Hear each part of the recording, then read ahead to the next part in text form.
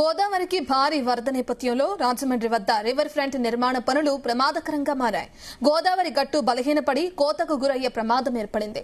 దీంతో ఇసుక బస్తాలు వేసి అధికారులు నివారణ చర్యలు చేపట్టారు. మరోవైపు ధవళేశ్వరం వద్ద రెండో ప్రమాద హెచ్చరిక సైతం జారీ చేసే అవకాశాలు కనిపిస్తున్నాయి.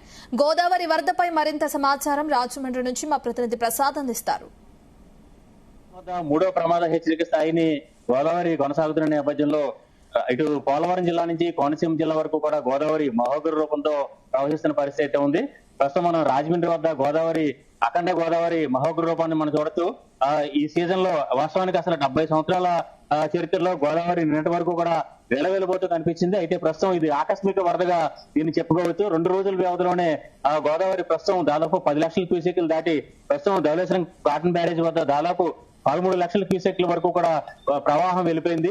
దీంతో మనం చూడొచ్చు అఖండ గోదావరి పరవళ్ళు దొక్కుతూ ఉప్పొంగుతూ ధవళేశ్వరం కాటన్ బ్యారేజ్ వైపు, అదేవిధంగా అక్కడి నుంచి సముద్రం వైపు కూడా గోదావరి పరుగులు తీస్తున్న పరిస్థితి అయితే ఉంది. దీంతో కనుక ముందుగా పోలవరం జిల్లా ఏదైతే ఈ గోదావరి వరదల కారణంగా తీవ్రంగా ప్రభావితమైంది.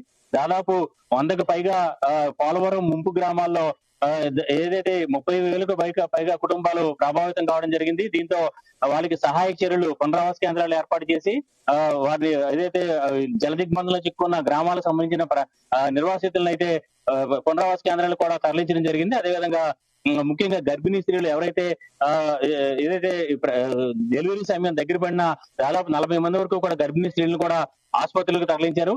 పోలవరం జిల్లా కలెక్టర్ దినేష్ కుమార్ ఆధ్వర్యంలో సహాయక చర్యలు కూడా చేపడుతున్నారు. అదేవిధంగా కోనసీమ జిల్లాకు సంబంధించి చూస్తే కనుక 32 లంక గ్రామాలు అయితే ప్రభావితం కావడం జరిగింది. దీంతో ముందు జాగ్రత్తగా అంటే ఇప్పటికే లంక గ్రామాలకు బాహ్య ప్రపంచంతో సంబంధాలు దిగిపోయిన నేపథ్యంలో పడవలపైనే రాకపోకలు సాగిస్తున్నారు. దీంతో ముందు జాగ్రత్తగా స్కూల్లో కూడా సెలవులు ప్రకటించిన పరిస్థితి అయితే ఉంది.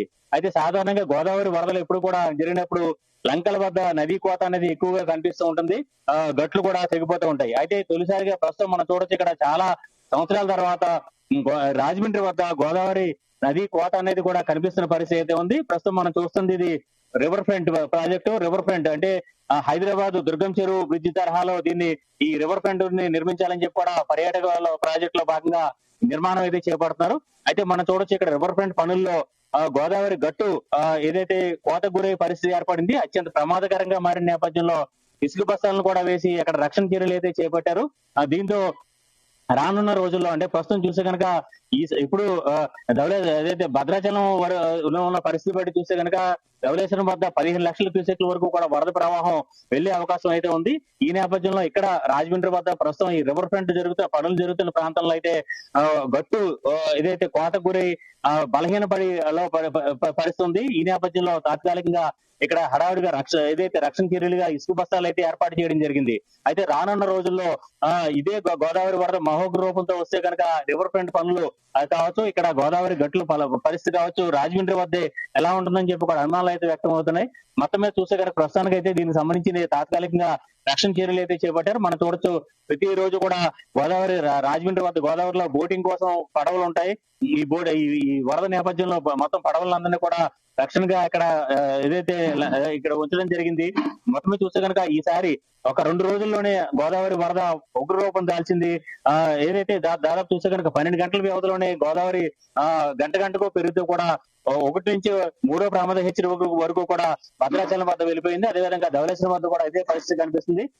దీనికి సంబంధించి చూస్తే కనుక ప్రస్తుతం పోలవరం జిల్లాలో ఏదైతే చింతూరు ఏజెన్సీలోని గ్రామాలు పోలవరం ముంపు ప్రభావిత గ్రామాలన్నీ కూడా ప్రజలైతే దాదాపు 30,000 వరకు కూడా ఈ వరదల కారణంగా ప్రభావితం అవుతున్నారు. దీంతో వారికి సంబంధించిన సహాయక చర్యలు కూడా చేపడతామని చెప్పి కూడా అధికారులు చెప్తున్నారు. వారికి సంబంధించి నిత్యావసర వస్తువులు కావచ్చు, రేషన్ కావచ్చు, అదేవిధంగా అత్యవసర మందులు కావచ్చు, ఇవన్నీ కూడా అందుబాటులో ఉంచామని చెప్పి కూడా కలెక్టర్ దినేష్ కుమార్ ప్రకటించిన పరిస్థితి అయితే ఉంది. అదేవిధంగా అంబేద్కర్ కోనసీమ జిల్లాకు సంబంధించి చూస్తే కనుక 32 లంక గ్రామాలు అయితే ప్రభావితం అవుతాయని చెప్పి అంచనా వేసి ఎవరు కూడా ప్రమాదకరంగా ప్రయాణాలు చేయొద్దని చెప్పి కూడా హెచ్చరికలు జారీ చేశారు.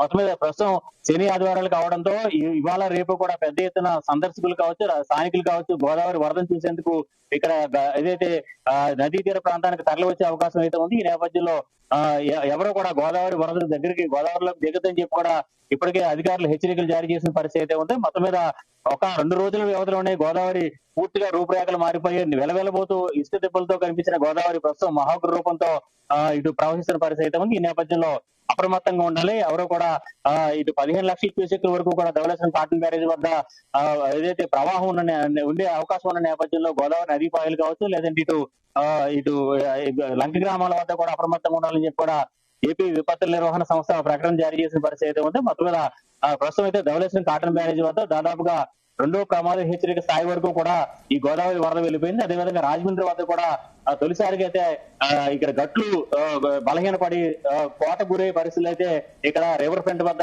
కనిపిస్తున్న పరిస్థితి అయితే ఉంది. ఇది గోదావరి వరదకు సంబంధించిన తాజా పరిస్థితి. ప్రసాద్ న్యూస్ రాజమండ్రి.